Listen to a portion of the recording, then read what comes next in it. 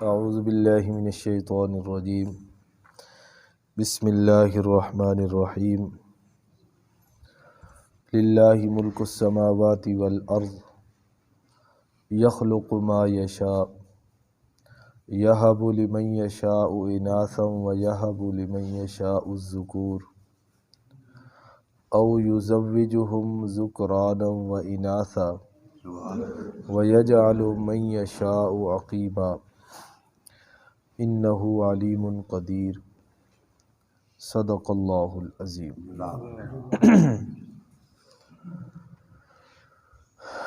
قرآن مجید میں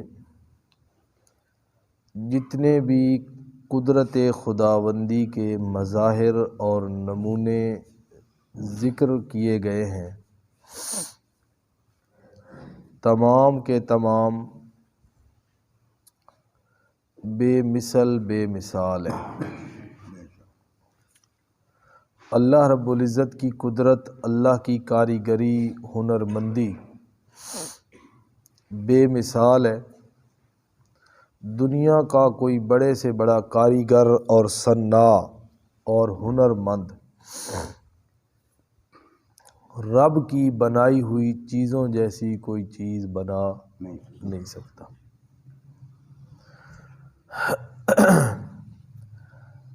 انہی مظاہر قدرت میں سے اللہ نے ایک چیز بیان کی، فرمایا للہ ملک السماوات والارض، اللہ ہی کے لیے ہے بادشاہی آسمانوں کی، والارض اور زمین کی۔ آسمانوں کی بادشاہی اور زمین کی بادشاہی اللہ کے لیے ہے۔ اس کا مطلب کیا ہے؟ جب بادشاہی اللہ کی، جب حاکم اور بادشاہ اللہ، تو پھر حکم اور قانون بھی اللہ کا چلتا ہے۔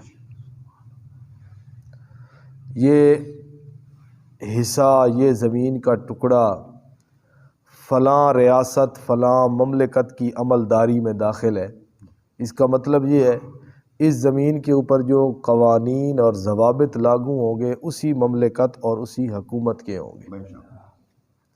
یہ زمین میری ہے، یعنی اس کے اندر تصرف کا اختیار مجھے ہے، یہ میری ہے۔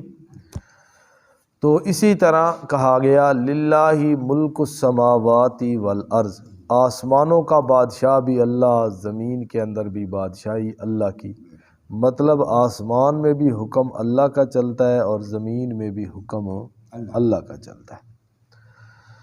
یخلق ما یشاء، آگے اللہ نے ایک مثال بیان کی کہ میں بادشاہ اور حاکم ہوں، جو چاہتا ہے اللہ پیدا کرتا ہے، اللہ سے کوئی پوچھنے والا نہیں ہے۔ اللہ تعالیٰ نے انسان جو دنیا میں پیدا کیے ان کو ایک خاص صورت عطا کی۔ جانور الگ اور بھی ہیں، ہر جانور کو اللہ تعالیٰ نے الگ الگ شکل عطا کی، گائے کی الگ، بھینس کی الگ، بلی کی الگ، کتے کی الگ، شیر کی الگ، لومڑی کی الگ، کتنے جانور ہیں، بے شمار لا تعداد ہیں۔ جانور ہیں، کیڑے مکوڑے ہیں، ہوا میں اڑنے والے پرندے ہیں۔ اللہ نے ہر چیز کی ایک الگ الگ شکل اور صورت متعین کی۔ اللہ نے کسی سے مشورہ لیا ہے کہ میں نے انسان کی شکل بنانی ہے تو کیسے بناؤں؟ یا اللہ نے تو نہ لیا ہو لیکن کسی نے اللہ کو مشورہ دیا ہو، یا اللہ شیر کی شکل ایسے بنانی ہے، بکری کی ایسے بنانی ہے، گائے کو اس طرح کا بنانا ہے، بھینس یوں بنانی ہے، مچھلیاں یوں بنانی ہے، یا اللہ نے لیا ہو یا کسی نے اللہ کو مشورہ دیا ہو؟ نہ۔ یخلق ما یشاء، یہ اس کی اپنی مشیت اور مرضی پر موقوف ہے، جو وہ چاہتا ہے وہ پیدا کرتا ہے، اس کو وہ صورت دیتا ہے، نہ وہ کسی کے مشورے کا محتاج ہے اور نہ کسی کے اندر جرأت اور طاقت ہے کہ وہ اس کو اپنا مشورہ دے سکے، نہیں ہو سکتا یہ بات۔ یخلق ما یشاء، اللہ جو چاہتا ہے پیدا کرتا ہے۔ یہ اللہ نے ایک دعویٰ کیا ایک عمومی سا، اب اللہ اس کی آگے تھوڑی سی تشریح کرتے ہیں۔ اللہ فرماتے ہیں یہب، اللہ بخشتا ہے، یہب بخشتا ہے، ہبا کرتا ہے، ہبا جس کو ہم کہتے ہیں، ہبا کہتے ہیں کسی چیز کو دینا بغیر ثمن لیے، بغیر پیسے لیے، اس کو کیا کہتے ہیں؟ ہبا۔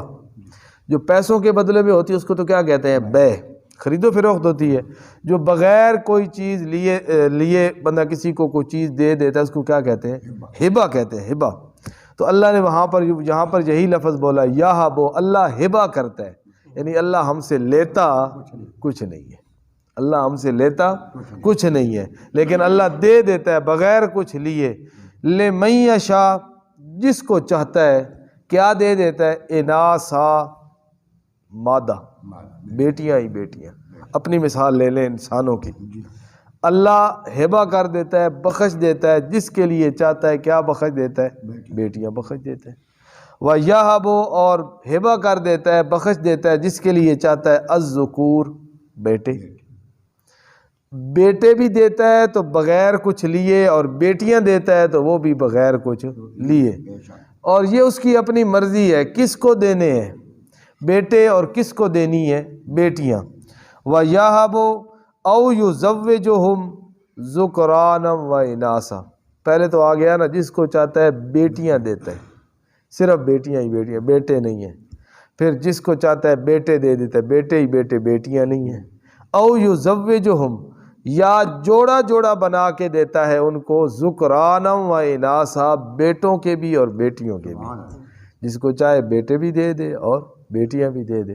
آگے چوتھی صورت، وَيَجْعَلُ مَن يَشَاءُ عَقِيمًا، اور کر دیتا ہے جس کو چاہتا ہے عقیمہ، بانجھ، نہ بیٹا اور نہ ہی بیٹی۔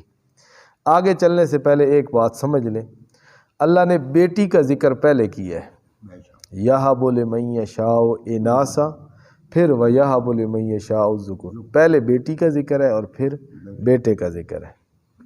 اور بیٹی یہ رحمت ہے، بیٹی کیا ہے؟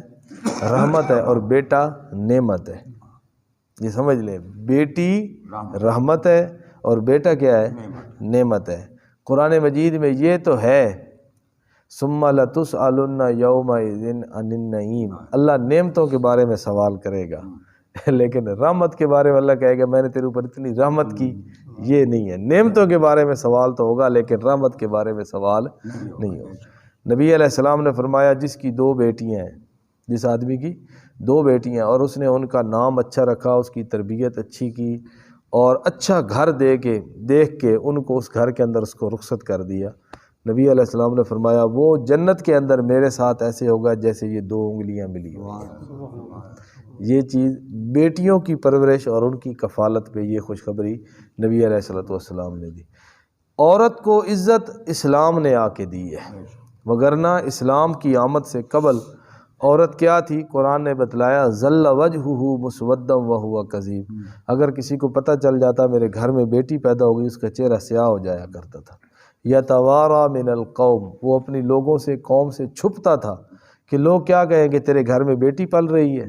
آج جو ہے نا دنیا کے اندر ایک واویلا اور شور مچایا جا رہا ہے کہ اسلام نے آ کر عورتوں کے حقوق پہ ڈاکہ ڈالا ہے اور عورتوں کے حقوق کو سلب کر لیا گیا ہے، وگرنہ جتنی عزت اسلام نے آ کے عورت کو دی ہے اتنی دنیا کے کسی مذہب کے اندر نہیں ہے، کہ دنیا کے کسی مذہب کے اندر نہیں ہے یہ چیز۔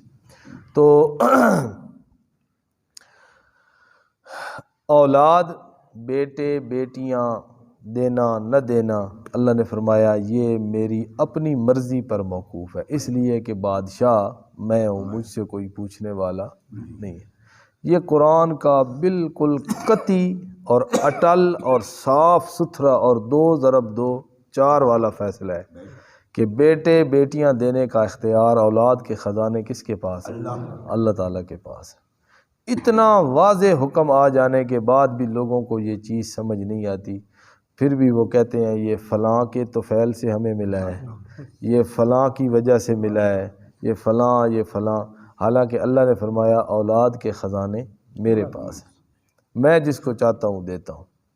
حضرت زکریا علیہ السلام عمر 80 سال، بوڑھے ہو گئے، سر اور داڑھی کے بال سفید ہو گئے، لیکن مانگتے رہے، اللہ تعالیٰ نے اولاد نہیں دی۔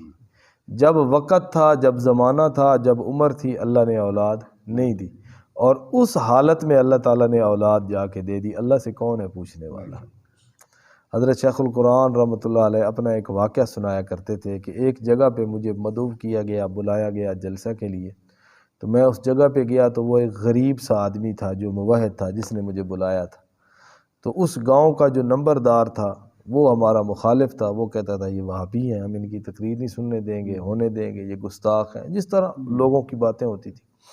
حضرت شیخ کہتے ہیں میں تقریر کر رہا تھا تو سامنے اس جو نمبردار تھا نا اس گاؤں کا، اس کی سامنے بیٹھک تھی، تو وہ بھی مجھے بتایا ساتھیوں نے کہ وہ جی وہ سامنے جو بیٹھا ہے وہ بندہ ہے جو ہمارا مخالف ہے۔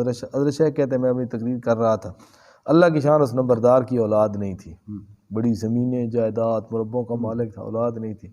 حضرت شیخ کہتے ہیں مجھے اس بات کا پتہ نہیں تھا کہ اس کی اولاد ہے یا نہیں ہے، تو بعد میں جا کے پتہ چلا۔